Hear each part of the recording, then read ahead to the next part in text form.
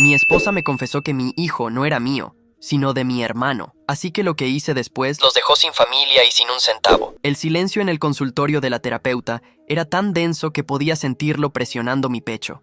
Llevábamos meses asistiendo, meses de conversaciones circulares, de culpas pequeñas y reproches velados sobre quién había dejado la ropa tirada o quién no había prestado suficiente atención. Yo culpaba al estrés de mi trabajo, y ella, Laura, culpaba a mi distancia emocional. La terapeuta, una mujer paciente con mirada cansina, nos había pedido que fuéramos radicalmente honestos. Fue entonces cuando Laura se rompió.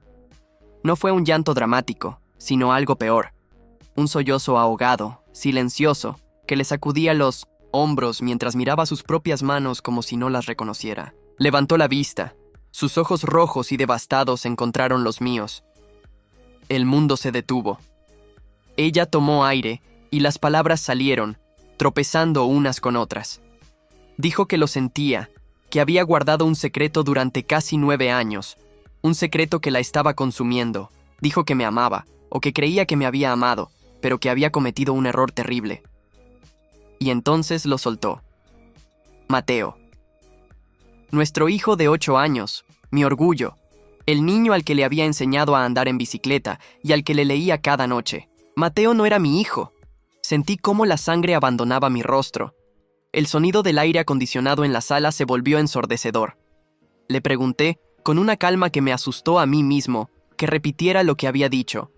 Ella lo hizo. Esta vez con más claridad, como si romper el hielo la primera vez le hubiera dado un impulso enfermo. Mateo era el resultado de una noche, una sola noche según ella, poco después de nuestra boda. Una noche en la que yo estaba en un viaje de negocios. Una noche en la que se sintió sola y bebió demasiado. Pero eso no fue lo peor. La sangre fría me recorrió la espalda cuando le pregunté lo único que importaba. ¿Quién? Ella no pudo mirarme. Fijó sus ojos en un punto muerto en la pared, justo por encima de mi hombro, y susurró el nombre. Carlos. Mi hermano. No grité. No rompí nada. Me levanté de la silla con una lentitud deliberada, como si mis huesos estuvieran hechos de cristal. La terapeuta intentó decir mi nombre, pero levanté una mano y ella guardó silencio. Caminé hacia la puerta, abrí y salí. No recuerdo haber bajado en el ascensor ni haber llegado al estacionamiento.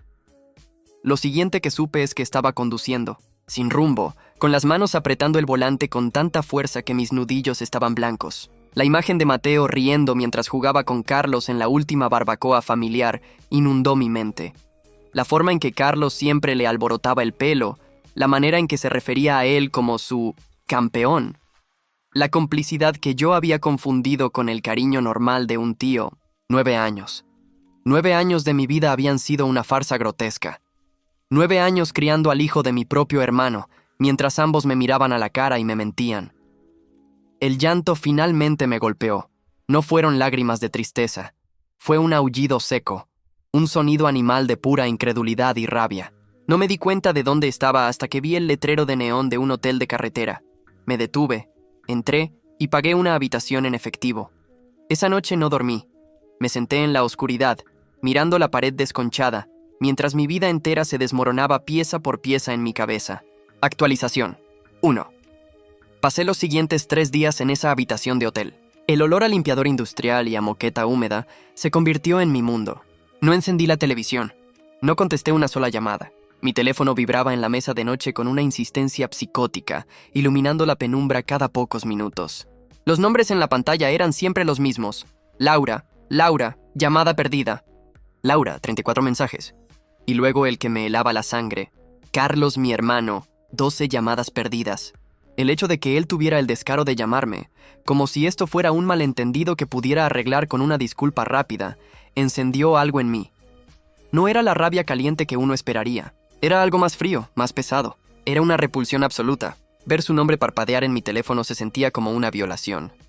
En algún momento de la segunda noche, incapaz de soportar el silencio de mis propios pensamientos, cometí el error de abrir la galería de fotos de mi teléfono. Fue un acto de puro masoquismo. Allí estábamos, congelados en el tiempo, en una mentira brillante y saturada. La última barbacoa familiar, hace solo 2 meses. Mateo estaba subido a mis hombros, riendo a carcajadas. A mi lado estaba Carlos, con una cerveza en la mano, sonriendo. Y Laura detrás de nosotros, con los brazos rodeando mi cintura y la de él, una sonrisa radiante. Antes yo veía esa foto y sentía orgullo. Una familia perfecta. Mi hermano, mi esposa, mi hijo. Ahora todo lo que veía era una escena grotesca. La mano de Laura rozaba la espalda de Carlos. La forma en que Carlos miraba a Mateo no era la de un tío. Era posesiva. Seguí deslizando el dedo. La Navidad pasada. Carlos le había regalado a Mateo una bicicleta de montaña profesional, una que costaba una fortuna. Recuerdo haberme sentido incómodo, incluso un poco molesto. Era demasiado. Le dije a Laura esa noche que Carlos estaba tratando de comprar el afecto de Mateo, y ella se puso a la defensiva. Dijo que yo era un ingrato, que solo era un tío generoso. Viendo la foto ahora, la verdad era obvia. No era un regalo de un tío, era un soborno de un padre culpable. Era él, restregándome en la cara su capacidad de darle a su hijo cosas que yo había dicho que eran demasiado extravagantes. Cada recuerdo se reconfiguró. Todas las veces que Carlos casualmente pasaba por casa cuando yo estaba atascado en el trabajo. Todas las veces que Laura insistía en que invitáramos a Carlos a cenar porque se sentía solo. Todas las miradas que yo había interpretado como simple camaradería entre cuñados, ahora las veía como lo que eran, chispazos de un secreto compartido. 9 años. No fue un error de una noche, como ella había suplicado en la terapia. No podía serlo. 9 años de mentiras coordinadas, de actuaciones diarias, de mirarme a la cara mientras criaba al hijo de mi hermano. El teléfono vibró de nuevo. Era mi madre. Seguramente Laura la había llamado, llorando histéricamente, contándole alguna versión cuidadosamente editada de la historia. Probablemente le dijo que yo había tenido un colapso nervioso, que había reaccionado de forma exagerada a una pelea y la había abandonado. No podía hablar con ella. No podía soportar su voz, no cuando mi mundo entero se estaba disolviendo. Sostuve el botón de apagado hasta que la pantalla se volvió negra. El silencio en la habitación fue instantáneo y absoluto. Y en ese silencio, por primera vez en 72 horas, mi cerebro dejó de gritar y empezó a calcular. Necesitaba pruebas. Una parte diminuta y patética de mí todavía quería creer que esto era una pesadilla, que Laura había mentido en la terapia para herirme de la forma más profunda posible. Necesitaba la verdad fría, científica e irrefutable. Encendí mi computadora portátil, conectándome al wifi público e inestable del café de al lado. Usando un navegador privado busqué abogados de divorcio. No busqué a los tiburones de los grandes anuncios. Busqué discreción.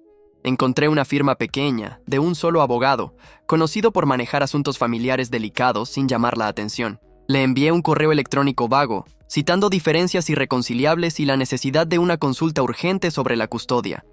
Luego, el ADN. ¿Cómo conseguirlo sin alertarlos? Mi mente repasó frenéticamente las últimas semanas. Y entonces lo recordé. La semana anterior, Mateo se había quedado a dormir en casa de un amigo. Cuando lo recogí el sábado por la mañana, estaba tan emocionado por contarme sobre la película que vieron, que olvidó su pequeña bolsa de aseo en el asiento trasero de mi auto.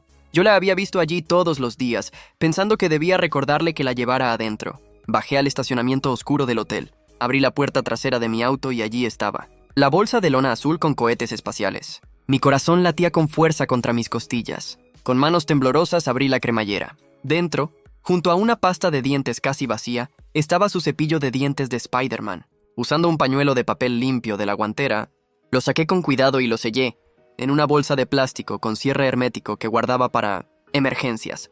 Busqué en línea un laboratorio privado que ofreciera pruebas de paternidad discretas con envío por correo. Pagué el servicio express con una tarjeta de crédito del trabajo que Laura no supervisaba. Regresé a la habitación del hotel. Me di la primera ducha en días. Mientras el agua caliente me quemaba la piel, no me sentía mejor. No sentía alivio.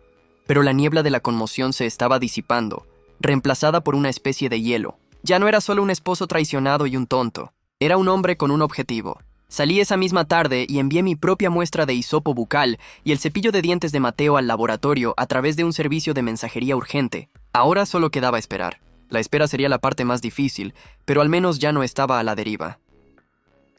Gracias por los comentarios que dejaron en mi publicación original. Muchos de ustedes me dijeron que mantuviera la calma y no hiciera nada estúpido. Tenían razón. La tentación de ir a mi casa y confrontar a Carlos, de demoler todo, era casi abrumadora. Pero vi sus consejos sobre conseguir pruebas primero, sobre preparar mis patos en fila. Eso es exactamente lo que estoy haciendo. Esto no va a ser una explosión, va a ser una demolición controlada. Actualización 2. Muchos de ustedes en los comentarios me preguntaron por qué necesitaba la prueba de ADN. ¿Por qué no me bastaba con la confesión de Laura en la terapia? Me dijeron que su palabra debería haber sido suficiente para destruirlo todo. Tienen razón, lo fue. Pero hay una diferencia entre saber algo en tu corazón y sostener la prueba en tu mano. La confesión me rompió. La prueba me dio un propósito. Necesitaba esa hoja de papel. Necesitaba que un extraño en una bata de laboratorio pusiera un sello oficial sobre la ruina de mi vida. Era la armadura que necesitaba para lo que venía después. La espera de esos resultados fue, sin exagerar, lo peor de mi vida. Fueron 4 días en los que no existí. Me movía por la habitación del hotel como un fantasma, pidiendo servicio a la habitación solo para no morir de hambre, mirando fijamente la pantalla de mi computadora, actualizando mi correo electrónico cada 30 segundos. El correo llegó un jueves por la mañana. El asunto era neutro. Resultados de su prueba de parentesco. No había fanfarria. Mi corazón se detuvo. Hice clic y descargué el archivo PDF adjunto. Se abrió en mi pantalla y allí estaba. Todo reducido a una tabla, a números y porcentajes. Sujeto A, David, padre presunto. Sujeto B, Mateo, hijo. Probabilidad de paternidad, 0%. Me quedé mirando esa palabra. 0. Ni siquiera un 0.001%. Un cero perfecto y absoluto. No lloré. Fue algo peor. Fue una confirmación hueca, un eco en un espacio vacío. La pequeña y estúpida esperanza que ni siquiera sabía que albergaba, la idea de que Laura había mentido por alguna razón psicótica, se evaporó, pero no fue lo único que leí. Había pagado extra por un análisis de marcadores extendido, explicando que quería descartar cualquier contaminación de la muestra. El informe incluía una nota del analista. Decía que si bien el sujeto A, yo, estaba excluido, los marcadores genéticos del sujeto B, Mateo, indicaban una relación de parentesco paterno innegable. El padre biológico, escribió el analista, compartía marcadores consistentes con un pariente de primer grado del sujeto A. Específicamente, un hermano. Ahí estaba. La confesión de Laura y la ciencia. Ambas decían lo mismo. Mi hermano. El hielo que había comenzado a formarse en mis venas se solidificó por completo. Imprimí 3 copias del informe en la recepción del hotel. Doblé una y me la guardé en el bolsillo interior de mi chaqueta. Sabía que no podía quedarme en ese hotel para siempre. Tenía que volver a la casa. No para quedarme, sino para recoger lo esencial. Mi pasaporte, los estados financieros de los últimos 5 años, los documentos de la hipoteca y mi computadora portátil de respaldo.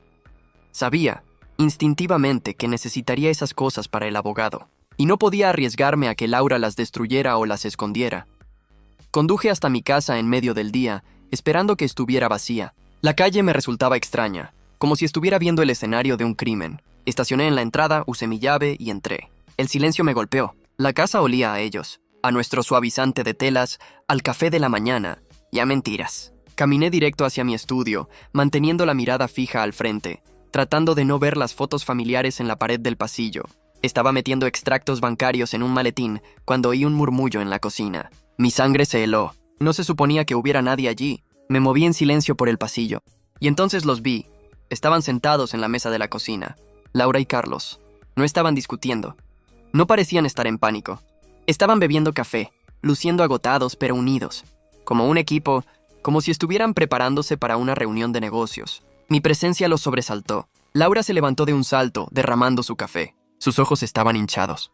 «David, Dios mío, ¿dónde estabas?» «Estaba fuera de mí. Llamé a tu madre, llamé a la policía».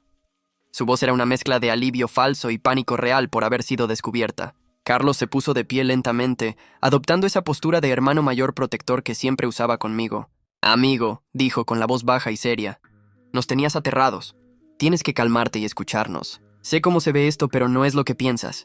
El descaro, la pura arrogancia de que él, sentado en mi cocina, intentara manejar la situación. No es lo que pienso», repetí, mi voz sonando muerta incluso para mis propios oídos. Estaba en un hotel, Carlos, esperando algo. Laura se acercó intentando tomar mi brazo. «David, por favor». Lo que dije en la terapia. Estaba alterada. Estábamos peleando. A veces digo cosas. «No fue un error», la interrumpí mirándola directamente a los ojos.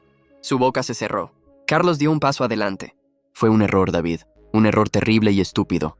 Fue hace años, una noche. Estábamos borrachos, tú estabas de viaje y simplemente pasó. Estábamos solos y confundidos. Una noche», dije. Saqué el informe doblado de mi bolsillo. Lo desdoblé y lo puse sobre la mesa, justo encima del café derramado de Laura. 0%. Laura sollozó, un sonido agudo y patético. Carlos miró el papel. Su rostro perdió todo color. Vio la cifra. Vio la nota del analista sobre el pariente cercano. Levantó la vista hacia mí y, como algunos de ustedes en Reddit predijeron, su primera reacción no fue el remordimiento, fue la ira. ¿Le hiciste una prueba a escondidas?, siseó. No tenías derecho a hacerle una prueba a mi hijo. El aire salió de mis pulmones. Tu hijo, lo había dicho, en voz alta. La admisión final. Laura se derrumbó en la silla, escondiendo su rostro entre las manos. Sí, dije yo, sintiendo cómo el maletín en mi mano se volvía más pesado. Mi hijo, el que crié, al que le enseñé a leer. ¿Y qué querías que hiciéramos?, gritó Laura de repente, levantando la cara manchada de lágrimas. Decírtelo, ¿y qué? ¿Que arruinarás todo? Él ha estado ahí para nosotros. Siempre ha estado ahí para Mateo, más de lo que tú lo has estado en los últimos años. Años. Plural. Me aferré a esa palabra. Miré a Carlos. Su fachada de hermano mayor se había roto. Parecía pequeño, atrapado. ¿No fue una noche, verdad?, le pregunté. Carlos no dijo nada. Se limitó a mirar a Laura con furia. «No lo digas», le advirtió. Pero ya era demasiado tarde. La verdad estaba allí, flotando en el aire viciado de la cocina. No fue un error de borrachos. Fue una aventura. Una que probablemente había comenzado justo después de nuestra boda y que, sospecho, nunca terminó del todo. Mateo no fue un accidente. Fue una inevitabilidad. Tienen razón, dije finalmente. Ya no tengo derecho. Ni a él ni a esta casa. Cogí mi maletín. Mi abogado se pondrá en contacto contigo, Laura. Quiero la venta de la casa. Y tú, le dije a Carlos, saca tus cosas de mi propiedad, las que sean que tengas aquí. Laura empezó a gritar mi nombre, a suplicar, pero yo ya no la oía. Salí por la puerta principal, entré en mi auto y me alejé. No miré por el espejo retrovisor. Actualización 3. Mi bandeja de entrada en Reddit se inundó de consejos legales después de mi última actualización. En serio, creo que la mitad de ustedes son abogados. Aprecio cada uno de esos mensajes. Muchos me decían, es tu casa heredada. Sácalos a patadas, cambia las cerraduras. No dejes que esa mujer te quite un centavo. Ojalá fuera tan sencillo. La realidad, como aprendí esa misma semana, es un enredo pegajoso de leyes y finanzas que parece diseñado para castigar al traicionado. La mañana después de la confrontación en mi cocina, me reuní con el abogado que había contactado, un hombre llamado Marcos, de mirada cansada pero increíblemente agudo. No se inmutó cuando le conté la historia. No ofreció compasión barata. Simplemente asintió, tomó notas y pidió ver el PDF de la prueba de ADN. Lo vio, lo cerró y me dijo, «Bien, claridad. Eso nos ayuda». Entonces, le conté sobre la casa. Le expliqué con orgullo que la casa había sido de mis abuelos, que era mía por herencia directa mucho antes de casarme. Estaba seguro de que eso la protegía. Marcos dejó de escribir y me miró por encima de sus gafas. Me preguntó si habíamos hecho alguna remodelación importante durante el matrimonio. Mi corazón se hundió. Claro que sí. Hace 5 años, habíamos hipotecado parte de la propiedad para financiar una remodelación masiva. Una cocina de 1905, concepto abierto, un segundo piso sobre el garaje que se convirtió en mi estudio, un nuevo patio. Había sido idea de Laura, insistió en que estábamos aumentando el valor de nuestro hogar. Marcos suspiró. Me explicó que, si bien el terreno y la estructura original eran legalmente míos, todo el valor añadido por esas mejoras, un valor que probablemente superaba el de la casa original, se consideraba bien mancomunado. Ella tenía derecho legal a la mitad de ese valor aumentado. No podía simplemente cambiar las cerraduras. No podía echarlas sin más. La casa tendría que ser tasada y su parte, comprada. Sentí una oleada de náuseas. Ella me había engañado para que financiara su nido, usando mi propia herencia, pero la verdadera bomba estaba por llegar. Marcos me pidió un resumen completo de mis finanzas, personales y empresariales. Le hablé del negocio familiar, una empresa constructora de tamaño mediano que mis padres fundaron. Yo era un socio, silencioso, había invertido parte de mi herencia como capital inicial hacía años, pero me dedicaba a mis propias inversiones. Mi hermano, Carlos, era el director de operaciones. Él la dirigía. Era su orgullo, su identidad. El gran empresario. Le entregué a Marcos las carpetas con los documentos financieros que había logrado sacar de la casa. Él empezó a revisarlos, hoja por hoja, en un silencio que se prolongaba. Yo solo miraba mis manos sintiéndome estúpido. Después de unos 20 minutos, Marcos se detuvo. Señaló una línea en un acuerdo bancario de hacía 3 años. Era la línea de crédito principal del negocio. una suma considerable que cubría la nómina, la compra de materiales y el flujo de caja operativo. «David», dijo Marcos con una voz peligrosamente tranquila, «¿eres consciente de cómo está asegurada esta línea de crédito?» Le dije que vagamente, que eran cosas de mi padre y Carlos. Marcos negó con la cabeza. «No, esto no tiene nada que ver con los activos de la empresa. El banco no quiso aceptar el inventario de la constructora como garantía. Esta línea de crédito, la sangre vital del negocio de tu hermano, está asegurada al 100% por tu cartera personal de inversiones. Y como garantía secundaria, pasó otra página, la casa que heredaste». No lo entendí al principio, y luego el recuerdo me golpeó. Hace 3 años, Carlos y mi padre vinieron a mi estudio. Necesitaban expandirse. El banco les ponía trabas. Solo era una firma, David, para ayudar a la familia, para que tu hermano pueda crecer. Eres el único con los activos líquidos para hacerlo. Fue un favor, un trámite. Firmé sin leerlo todo, confiando en mi padre, confiando en mi hermano. Marcos me lo explicó con una claridad brutal. Legalmente, tú eres el avalista. Si la empresa de Carlos tiene un mal mes y no paga, el banco viene por tu dinero. Si tu dinero no es suficiente, vienen por tu casa.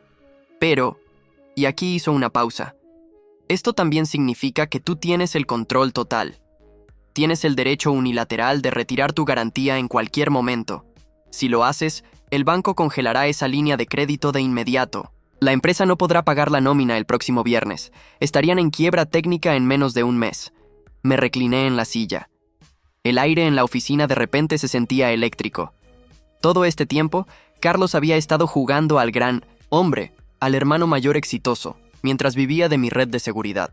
Su sueldo de 6 cifras, su camioneta de lujo, su capacidad para comprarle a Mateo regalos extravagantes que yo no aprobaba. Todo estaba financiado por mi confianza. La traición no era solo sexual y emocional, era financiera, era total. Miré a Marcos. La rabia que había sentido en la cocina se había disipado, reemplazada por una claridad helada. «Inicia el divorcio», le dije. «Cita diferencias irreconciliables. No menciones el ADN todavía. Ofrece una tasación justa de la casa para comprar su parte. Quiero parecer razonable». Marcos asintió empezando a teclear. «Y», añadí, «prepara la notificación para el banco, la carta para retirar mi garantía de la línea de crédito. Prepara todo el papeleo». Marcos levantó la vista, una leve sonrisa en su rostro. «No la enviaremos aún, ¿verdad?» «No», respondí. «Aún no. Carlos y Laura me quitaron mi vida familiar. Me quitaron a mi hijo, pero construyeron sus vidas sobre mis cimientos. Voy a esperar el momento perfecto, y luego voy a retirar esos cimientos y ver cómo todo se derrumba». Actualización 4. Recibí tantos comentarios y mensajes privados después de la última actualización. Muchos de ustedes estaban furiosos en mi nombre. Me decían que ejecutara el plan, que los hundiera ahora. Pero lo más difícil fueron los comentarios que preguntaban por mis padres. ¿Qué iba a hacer con ellos? ¿Cómo se lo iba a decir? Esa era la parte que más temía. No es solo mi vida la que implosionó. Carlos era su otro hijo. Laura era la hija que mi madre nunca tuvo. ¿Y Mateo? Mateo era su único nieto. Destruir a Carlos y Laura significaba destruir a mis padres también, pero tenían que saberlo. No podían seguir viviendo en la mentira que Carlos y Laura habían construido a mi costa. Esperé una semana más. Una semana en la que mi abogado, Marcos, envió la notificación oficial de divorcio a Laura. Laura reaccionó exactamente como esperaba. Me dejó docenas de mensajes de voz. Pasaron del llanto y las súplicas. «David, no hagas esto, pensemos en Mateo, podemos arreglarlo», a la rabia absoluta. «No creas que te saldrás con la tuya. ¡Voy a conseguir la mitad de todo! Te arrepentirás de esto». Ignoré cada llamada. Dejé que su pánico creciera. Finalmente orquesté el momento. Llamé a mis padres y les dije que necesitaba hablar con ellos sobre los términos del divorcio. Les dije que era importante que Carlos y Laura estuvieran allí para que pudiéramos manejar esto como una familia, de una vez por todas, y evitar más dolor. Mi madre, en su infinita ingenuidad, estuvo de acuerdo. Dijo que era una idea maravillosa, que seguramente podríamos reconciliarnos si todos hablábamos con el corazón abierto. Llegué a la casa de mis padres el sábado por la tarde. Ellos ya estaban allí, sentados juntos en el sofá de la sala, Laura y Carlos. Parecían un frente unido, 2 víctimas asediadas preparándose para mi ataque. Carlos tenía esa mirada suya, condescendiente y protectora, como si estuviera allí para defender a Laura de su hermano pequeño y racional. Mi madre nos sirvió té. Sus manos temblaban ligeramente, esperando una pelea de gritos. Mi padre estaba callado, mirándome con decepción, claramente creyendo la versión de Laura de que yo había abandonado a mi esposa por un capricho. «David», comenzó mi madre, su voz temblando. «¿No podemos simplemente hablar? Has estado ausente. Laura está destrozada. ¿Qué está pasando?» Laura comenzó a llorar en el momento justo, un sollozo silencioso y practicado. Carlos puso su brazo alrededor de ella. «Mamá, David está pasando por una crisis. Está confundido. Solo necesitamos darle espacio». «No estoy confundido, Carlos», lo interrumpí. Mi voz era tranquila, pero cortó el aire. Me volví hacia mis padres. Los llamé aquí porque no les están contando la verdad. Ninguno de los dos. Me acerqué y saqué 2 sobres de mi chaqueta. Los mismos sobres que había preparado hacía semanas. Le di uno a mi padre y uno a mi madre. Cuando Laura me confesó por qué se divorciaba de mí, no pude creerlo. Así que pagué por una confirmación científica. Mi madre abrió el sobre con confusión. Mi padre lo abrió con impaciencia.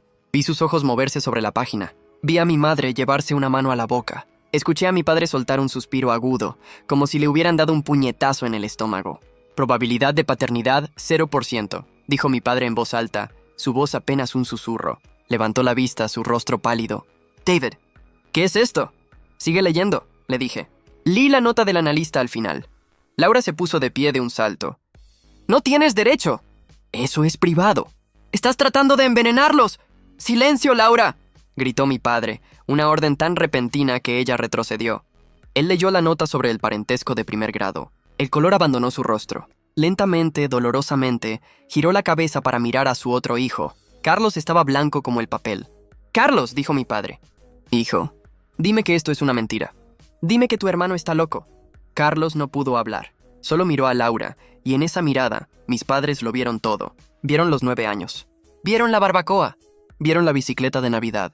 Vieron la mentira. Mi madre soltó un sonido, un gemido que nunca olvidaré. Se derrumbó sobre sí misma.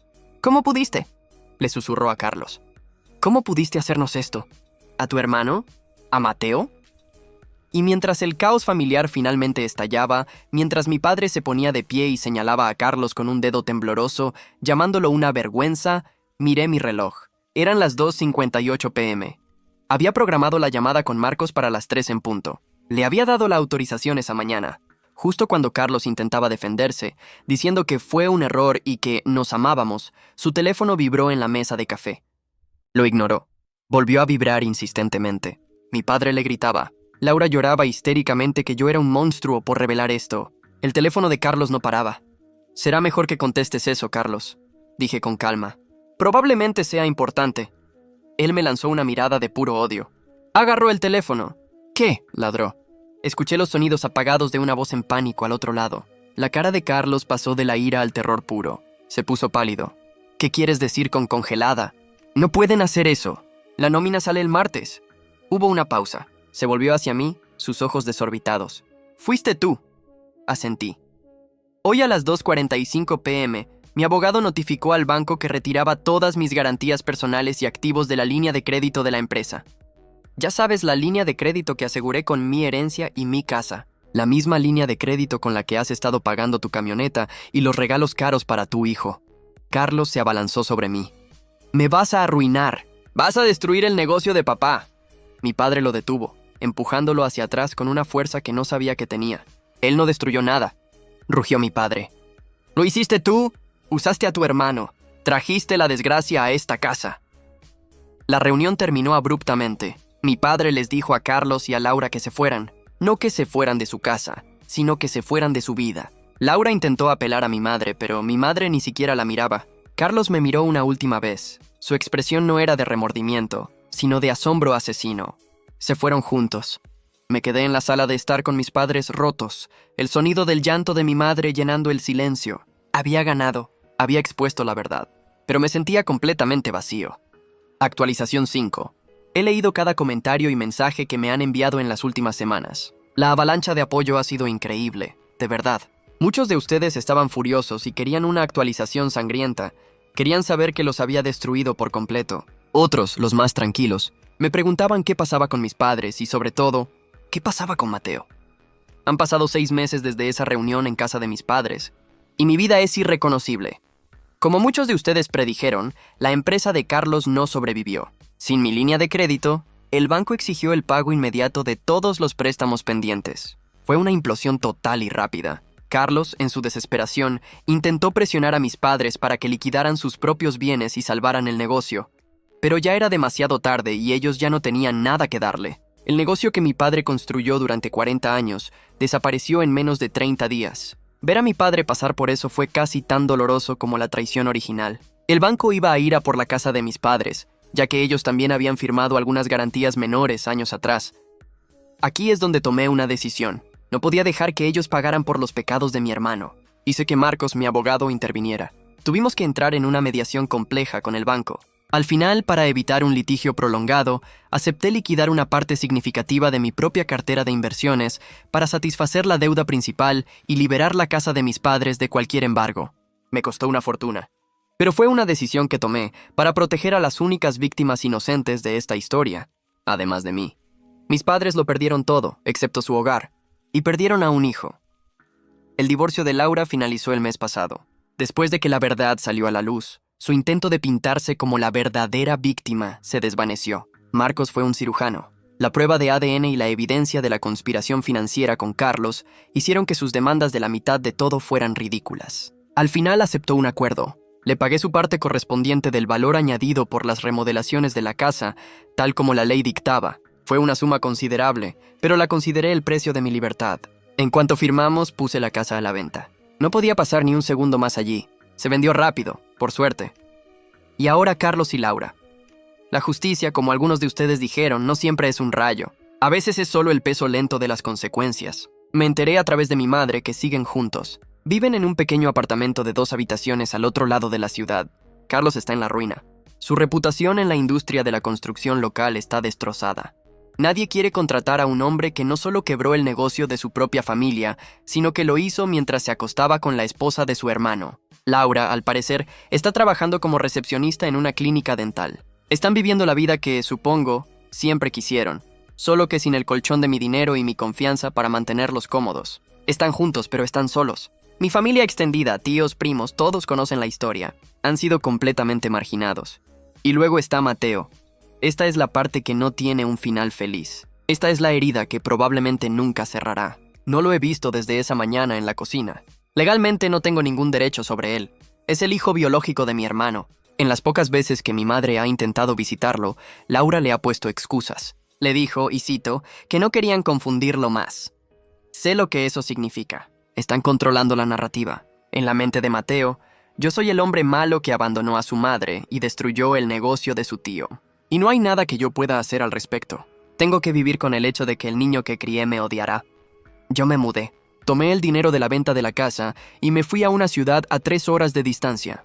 Tengo un apartamento nuevo, minimalista, con vistas a un parque.